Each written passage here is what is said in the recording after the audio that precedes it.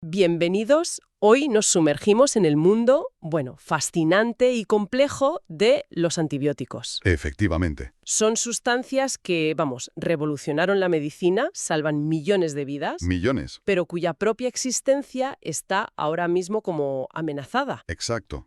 Y es un tema crucial. A ver, empecemos por lo básico. ¿Qué son exactamente? ¿Vale? Son un tipo de antimicrobiano, pero específicamente diseñados para luchar contra las bacterias. Solo bacterias. Principalmente. O bien las matan, digamos directamente, o frenan su crecimiento. Lo justo para que nuestro sistema inmune pueda, encargarse de ellas. Importante eso, que no sirven contra virus. Eso es fundamental. Ni virus, como los del resfriado o la gripe, ni tampoco contra hongos. Son para bacterias. Y el nombre, que viene del griego, ¿no? Anti, contra y bios, vida. Sí, originalmente se refería a sustancias naturales, cosas que producían unos microorganismos para luchar contra otros. Ah, como una guerra química microscópica. Algo así, sí. Hoy en día, usamos el término de forma más amplia, incluyendo los sintéticos, los que hacemos en laboratorio. Claro. Y ahí está la paradoja que decíamos al principio. Justo. Son herramientas médicas esenciales, vitales, pero su eficacia se está desvaneciendo. Por la resistencia. La famosa RAM, resistencia antimicrobiana. Exacto. Un problema global que, en gran medida, hemos acelerado nosotros mismos con el mal uso. Y encima el problema del acceso, que no todo el mundo puede conseguirlos. Es la otra cara de la moneda. Muchísima gente en el mundo no tiene acceso a ellos cuando los necesita. Una brecha enorme. Así que nuestra misión hoy es esa. Explorar la historia, cómo funcionan, por qué los estamos perdiendo y, qué futuro les espera. Pues sí, vamos a desgranarlo. ¿Y por dónde empezamos? Porque la historia tiene miga, ¿no? Mucha. Y empezamos sorprendentemente atrás en el tiempo. Mucho más de lo que la gente suele pensar. ¿Ah, sí? Nos vamos a la antigua Nubia, en lo que hoy es Sudán. Hablamos de hace unos 1500 años, más o menos. 1500 años. Sí. Allí, en restos óseos humanos, se encontraron niveles altísimos de tetraciclina. Tetraciclina, un antibiótico moderno. ¿Cómo es posible? Pues esa es la gran pregunta. No parece contaminación moderna. La teoría más sólida es que consumían una especie de cerveza. ¿Cerveza con antibióticos? Una cerveza local hecha con granos que a menudo estaban contaminados por bacterias streptomices. Ajá. Y resulta que esas bacterias producen tetraciclina de forma natural. O sea que se medicaban sin saberlo, ¿o sí lo sabían? Ahí está la clave. El antropólogo George Armelagos, que estudió esto a fondo, dijo algo así como, viendo la cantidad que había, tenían que saber lo que hacían. ¡Qué fuerte! Un uso intencionado hace 1500 años. Eso sugiere, quizás para tratar ciertas dolencias, no lo sabemos seguro, pero es muy posible. Mucho antes de lo que nos imaginábamos. Es alucinante, porque yo conocía lo típico del pan mohoso en las heridas, ¿no? Que se usaba en Egipto, Grecia. Sí, eso también está documentado. Usos tópicos. Pero lo de Nubia parece, algo más sistemático, ¿no? Más allá de poner un emplasto. Vale, damos un salto enorme ahora al siglo XX. Exacto. La era moderna de la medicina. Aquí la búsqueda ya es deliberada. Paul Ehrlich en Alemania a finales del XIX. Él y su idea de las balas mágicas. Balas mágicas. Sí, compuestos químicos que fueran como balas directas a los microbios, pero sin dañar nuestras células. Selectividad. ¿Y encontró una? No, el Salvarsan. El Salvarsan, sí. Lo desarrolló con Sahachiro Hata sobre 1910. Era un derivado de tintes, curiosamente. De tintes. Sí, de la industria química de la época. Y fue eficaz contra la sífilis. El primer antibacteriano sintético realmente exitoso. Y luego vinieron las sulfamidas. Poco después, Gerhard Domack, trabajando para Bayer, desarrolló el Prontosil, la primera sulfamida que funcionaba dentro del cuerpo, sistémicamente. Ahí sí que empezó la era moderna de verdad. Pero claro, entonces llega la historia más famosa. La penicilina. El descubrimiento accidental de Fleming. Exacto. Alexander Fleming, 1928. El típico científico un poco despistado, dicen. Que se encuentra una placa de cultivo contaminada con un moho verdoso, el penicillium. Y ve que alrededor del moho las bacterias no crecen. Hay un halo. La imagen clásica. Pero Fleming como que intuyó el potencial, pero no pudo. No pudo llevarlo mucho más lejos.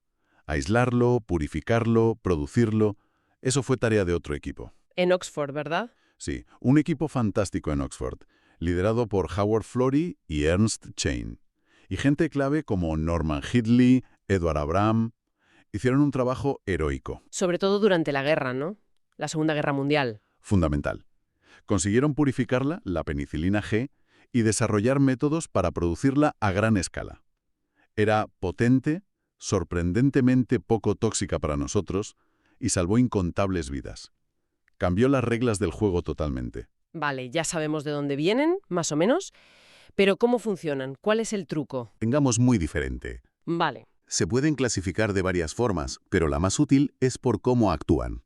Tenemos los bactericidas, ¿Los que matan? directamente, plaf.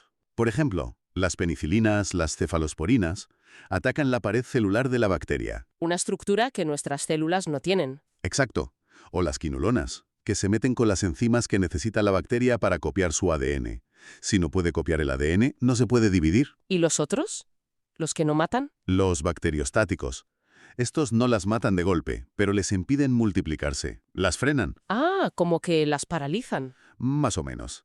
Frenan la infección y le dan tiempo a nuestro sistema inmunitario para que las elimine. ¿Ejemplos de esos? Pues los macrólidos, las tetraciclinas, suelen actuar bloqueando la fábrica de proteínas de la bacteria. Entendido. Y luego está lo del espectro de acción. ¿Amplio? ¿Estrecho? Eso es. Los de espectro estrecho son más selectivos, como un francotirador. Atacan a tipos muy concretos de bacterias. Por ejemplo, solo gram positivas o solo gram negativas.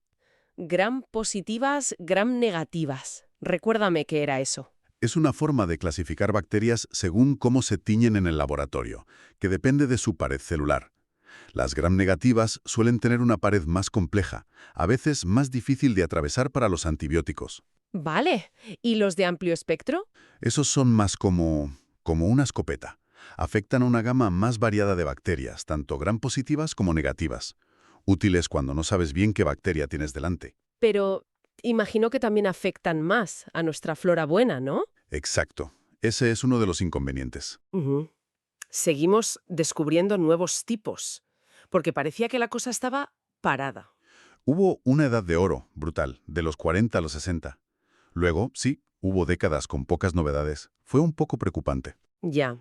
Pero, a ver, a finales de los 2000, principios de 2010, sí que aparecieron algunas clases nuevas. 4, de hecho. ¿Ah, sí? ¿Cuáles? Pues mira, por ejemplo, las oxazolidinonas, como el Linesolid. Fue importante porque era una familia química totalmente nueva. Y eso daba nuevas opciones contra las resistentes. Justo. Atacaba las bacterias de una forma distinta cuando ya empezábamos a ver muchas resistencias a los viejos antibióticos. También los lipopéptidos, las glicilciclinas, las lipiamicinas. Nombres raros, pero eran mecanismos nuevos. ¿Y cómo se hacen ahora? ¿Seguimos con los hongos? Los betalactámicos, la familia de la penicilina, son semisintéticos. Se parte de algo natural, de la fermentación, y luego se modifican en el laboratorio para mejorarlo. Y otros son totalmente de laboratorio. Sí, como las sulfamidas originales o las quinolonas. Esos son totalmente sintéticos, diseñados químicamente. La fermentación sigue siendo clave para producir a gran escala los de origen natural. Vale, entendemos qué son, cómo actúan, y en la práctica médica, ¿cuándo se usan? Pues, obviamente, para tratar infecciones bacterianas, confirmadas o sospechadas, a veces también para algunos protozoos como el metronidazol. Has dicho sospechadas. Eso es la terapia empírica. Exacto. Si llega un paciente muy grave, con síntomas claros de infección bacteriana, pero aún no sabes qué bicho es exactamente. No puedes esperar a los análisis. Claro, no puedes esperar 48 horas. Le pones un antibiótico de amplio espectro para cubrir las causas más probables. Eso es la terapia empírica. ¿Y cuando ya sabes qué bacteria es? Entonces pasas a la terapia definitiva. Idealmente, ajustas el tratamiento. Pones un antibiótico más específico, de espectro más estrecho si es posible. Que es mejor para el paciente y para evitar resistencias. Justo. Menos efectos secundarios, menos presión selectiva. También está el uso profiláctico. Para prevenir. Eso es, en situaciones de riesgo, antes de ciertas cirugías, en gente con defensas muy bajas, inmunodeprimidos, pacientes con cáncer, VIH, o para prevenir cosas concretas como la endocarditis en algunos pacientes cardíacos antes de ir al dentista. ¿Y cómo se toman? ¿Pastillas? ¿Pinchazos? La vía oral, las pastillas, es lo más común, claro. Luego la intravenosa o inyectada, para infecciones más graves o si el paciente no puede tragar. Y las cremas y gotas. La vía tópica, cremas para la piel, gotas para los ojos, para los oídos. La ventaja es que pones mucha concentración justo donde está la infección, Y menos efectos en el resto del cuerpo, supongo. en teoría. Aunque a veces algo se absorbe y pueden dar irritación local. Y el consumo mundial varía mucho. Una barbaridad. Hay países con consumos altísimos por persona y otros bajísimos. Refleja diferencias en enfermedades, pero también en acceso y en cómo se recetan. ¿Y cuál es el más usado? A nivel global, la amoxicilina, muchas veces combinada con ácido clavulánico, sigue siendo el rey, el caballo de batalla. Vale. Se supone que son seguros en general, pero ¿qué efectos secundarios tienen? Sí, claro. Ningún fármaco es inocuo al 100%. El más típico es la diarrea, ¿Por qué pasa eso? porque los antibióticos, sobre todo los de amplio espectro, no distinguen bien entre bacterias malas y buenas. Arrasan con parte de nuestra flora intestinal normal. Nuestro microbioma. Exacto. Y ese desequilibrio puede dejar sitio a que crezcan bichos oportunistas, como el famoso Clostridioides difficile. Que puede dar diarreas muy fastidiadas. Sí, a veces muy graves. Por eso a veces se recomienda tomar probióticos, aunque la evidencia todavía se discute. Y otros efectos. Bueno, al alterar la flora, también pueden favorecer que crezcan hongos, como la candidiasis vaginal, por ejemplo. Oye, ¿y eso que leí una vez de que podían afectar a las mitocondrias? ¿Es verdad? Pues es una línea de investigación muy interesante. A ver, las mitocondrias, que son como las centrales energéticas de nuestras células, Sí. tienen un origen evolutivo muy antiguo. Se cree que vienen de bacterias que se metieron dentro de otras células hace millones de años. Ajá. Y claro, conservan algunas características bacterianas. Parece que algunos antibióticos, sobre todo una familia llamada fluoroquinolonas, podrían dañarlas. ¿Y eso qué provocaría? Podría generar estrés oxidativo en las células, y quizá eso explique alguno de sus efectos secundarios más raros, pero a veces serios. Aún se investiga. Curioso. ¿Y las interacciones? La pregunta del millón. ¿Afectan a la píldora anticonceptiva? Es la pregunta clásica.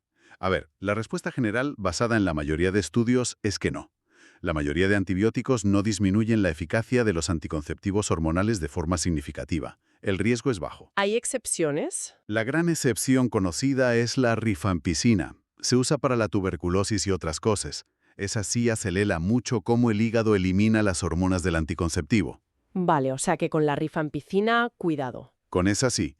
Y en general, por precaución, si se están tomando antibióticos y justo coincide que hay vómitos o diarrea fuerte por el antibiótico o por otra cosa, pues no está de más usar un método de barrera adicional, como el preservativo esos días. Lógico. ¿Y con el alcohol? ¿Se puede beber tomando antibióticos? Depende mucho del antibiótico. Hay algunos específicos como el metronidazol o el tinidazol y algunas cefalosporinas que con el alcohol dan una reacción súper desagradable. El efecto antabús. Exacto, el efecto disulfiram.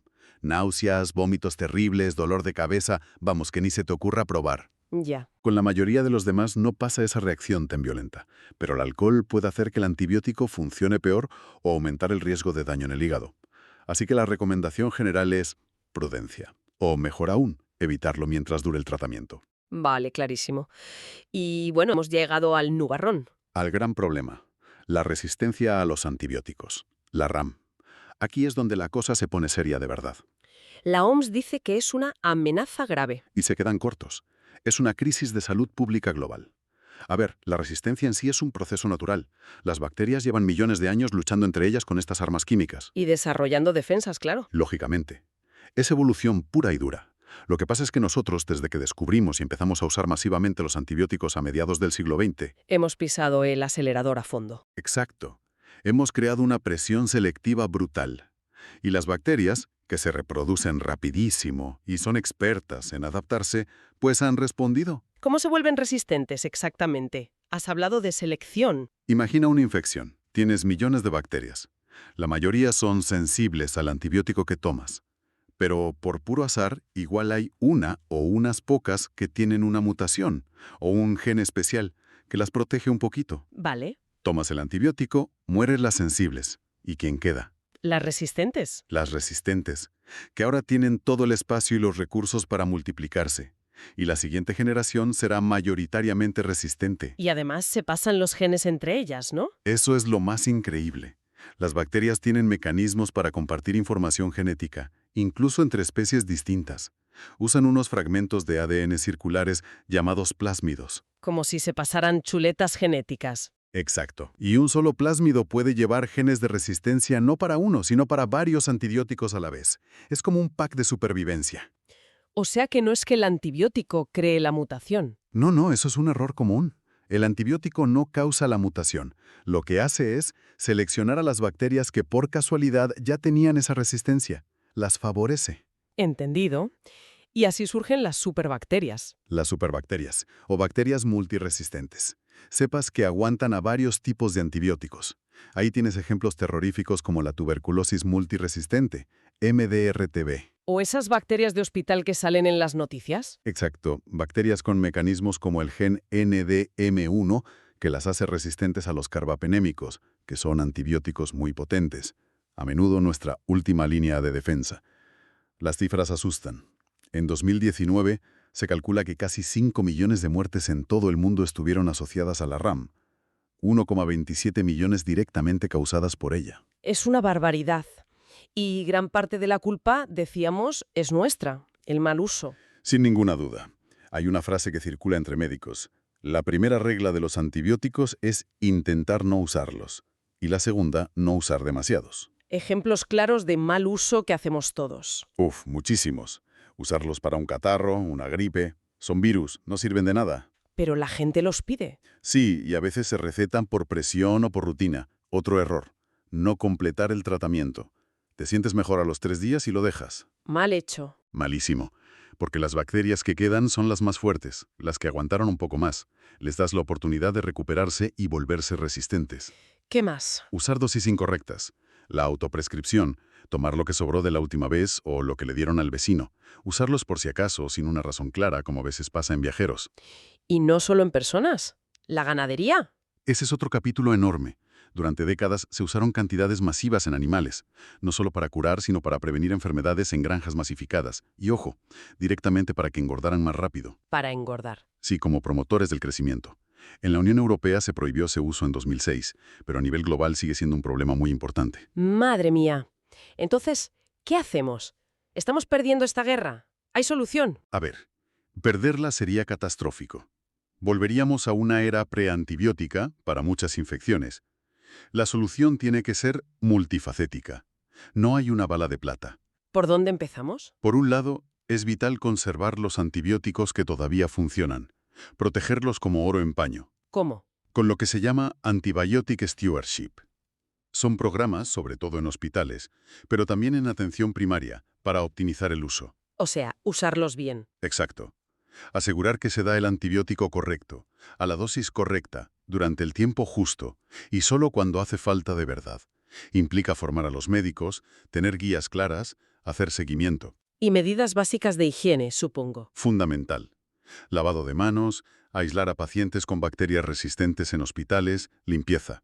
Cosas básicas que reducen la transmisión de infecciones. Y prevenir la infección antes de que ocurra. Claro, mejorar el saneamiento básico, el acceso a agua potable en todo el mundo. Eso reduciría muchísimas infecciones. Y las vacunas. Importantísimas. Cruciales. Cada vez que una vacuna previene una neumonía, una meningitis, una tosferina, es una infección bacteriana que no ocurre y, por tanto, un tratamiento antibiótico que nos ahorramos. La OMS insiste mucho en esto. Pero, aunque los conservemos, necesitamos armas nuevas, ¿no? Porque las bacterias siguen evolucionando. Necesitamos urgentemente armas nuevas. Y aquí es donde las noticias son más agridulces. ¿Por qué? Porque el pipeline, la cartera de nuevos antibióticos en desarrollo, es preocupantemente débil, especialmente contra esas bacterias gram-negativas multiresistentes que comentábamos. ¿Y eso por qué? ¿No se investiga? Se investiga, pero desarrollar un nuevo antibiótico es muy caro, lleva muchos años, es científicamente muy difícil. Y seamos sinceros, para las farmacéuticas es mucho menos rentable que un fármaco para una enfermedad crónica que tomas toda la vida. Claro, un antibiótico lo tomas una semana y ya está. Exacto. El modelo de negocio tradicional no funciona bien para los antibióticos. Por eso se necesitan nuevos incentivos, financiación pública, modelos de compra diferentes. Pero algo nuevo sí que ha salido. Sí, han salido algunos. Mencionamos antes el lainezolid, la adaptamicina. Más recientemente, combinaciones como ceftazidima, avibactam o moléculas como el cefidrócol. El caballo de Troya. Ese mismo. Engaña a la bacteria para que lo meta dentro pensando que es hierro. Y una vez dentro, ¡zas! Hay cosas interesantes, pero van a un ritmo demasiado lento comparado con la velocidad a la que avanza la resistencia. Y se buscan alternativas que no sean los antibióticos clásicos. Afortunadamente sí. Se está explorando mucho. Por un lado, seguir buscando en la naturaleza. Bacterias del suelo, hongos, plantas, venenos de animales. ¿Buscando qué? ¿Más antibióticos? No solo eso. También compuestos que no maten directamente, pero que desarmen a la bacteria. Por ejemplo, inhibidores de sus bombas de expulsión que usan para echar el antibiótico fuera, o inhibidores de virulencia. Inhibidores de virulencia. Sí, sustancias que bloqueen las toxinas que produce la bacteria o su capacidad para pegarse a nuestras células, o para comunicarse entre ellas, el quorum sensing. La idea es, si no te puedo matar, al menos te desarmo. Interesante. Y luego está lo de los fagos. La terapia fágica. Un tema fascinante. Usar bacteriófagos que son virus que infectan única y exclusivamente a bacterias. Cada fago es específico para un tipo de bacteria. Como misiles guiados. ¿Algo así? Es una idea muy antigua, de principios del siglo XX, que se abandonó en Occidente con la llegada de los antibióticos, pero que ahora está resurgiendo con fuerza. Ventajas. Mucha especificidad. No daña nuestra flora buena, se replican solos en el sitio de la infección. Desventajas. Encontrar el fago exacto para cada infección puede ser complicado. La producción, la regulación, y que las bacterias también pueden volverse resistentes a los fagos. Pero es una vía muy prometedora. ¿Qué más hay en el horizonte? Pues terapias con anticuerpos monoclonales específicos contra toxinas bacterianas. Ya hay alguno aprobado, por ejemplo, para prevenir recurrencias de C. difficile. Ajá. El trasplante de microbiota fecal, que suena fatal, pero es increíblemente eficaz para esas infecciones recurrentes por C. difficile. Se está trabajando en cápsulas orales para hacerlo más fácil. Ya no suena tan mal si funciona. Funciona muy bien. Y luego cosas más futuristas. Terapias basadas en ARN para silenciar genes bacterianos esenciales o de resistencia. ¿Y CRISPR, la edición genética? También se está explorando. Usar CRISPR-Cas9 modificado no para editar nuestro genoma, sino para cortar y destruir genes de resistencia o de virulencia dentro de las propias bacterias. Eso es ciencia ficción casi. Bueno, está en fases muy tempranas, claro. Hay desafíos técnicos sobre cómo llevar el CRISPR justo a las bacterias que quieres, pero el potencial está ahí. O sea que hay esperanza, pero requiere un esfuerzo en muchísimos frentes a la vez. Exactamente. No hay una solución única. Necesitamos la ciencia, la innovación, pero igual de importante es cambiar nuestro comportamiento, usar mejor lo que tenemos. Bueno, hemos hecho un viaje increíble, desde esa posible cerveza con tetraciclina en Nubia hasta editar genes de bacterias con CRISPR. Ha sido un recorrido largo, ¿sí? Los antibióticos, un milagro de la ciencia, descubiertos casi por chiripa, desarrollados con ingenio, un pilar de la medicina moderna. Pero un pilar frágil. Muy frágil.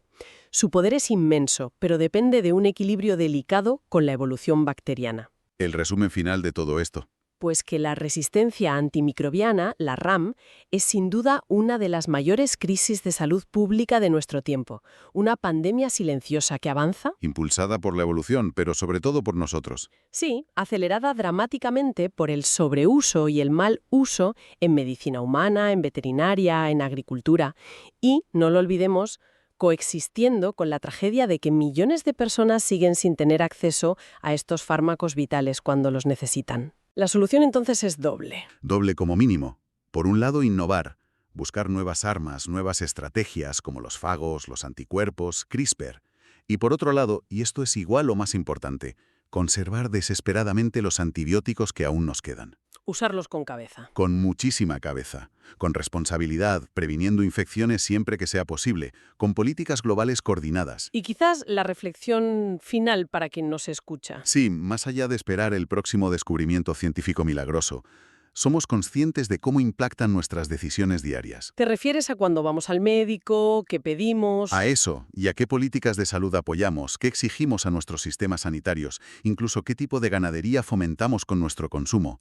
Preservar la eficacia de los antibióticos no es solo tarea de médicos y científicos. Es una responsabilidad de todos. Es una responsabilidad compartida. Para proteger nuestra salud ahora y, sobre todo, la salud de las generaciones que vienen detrás.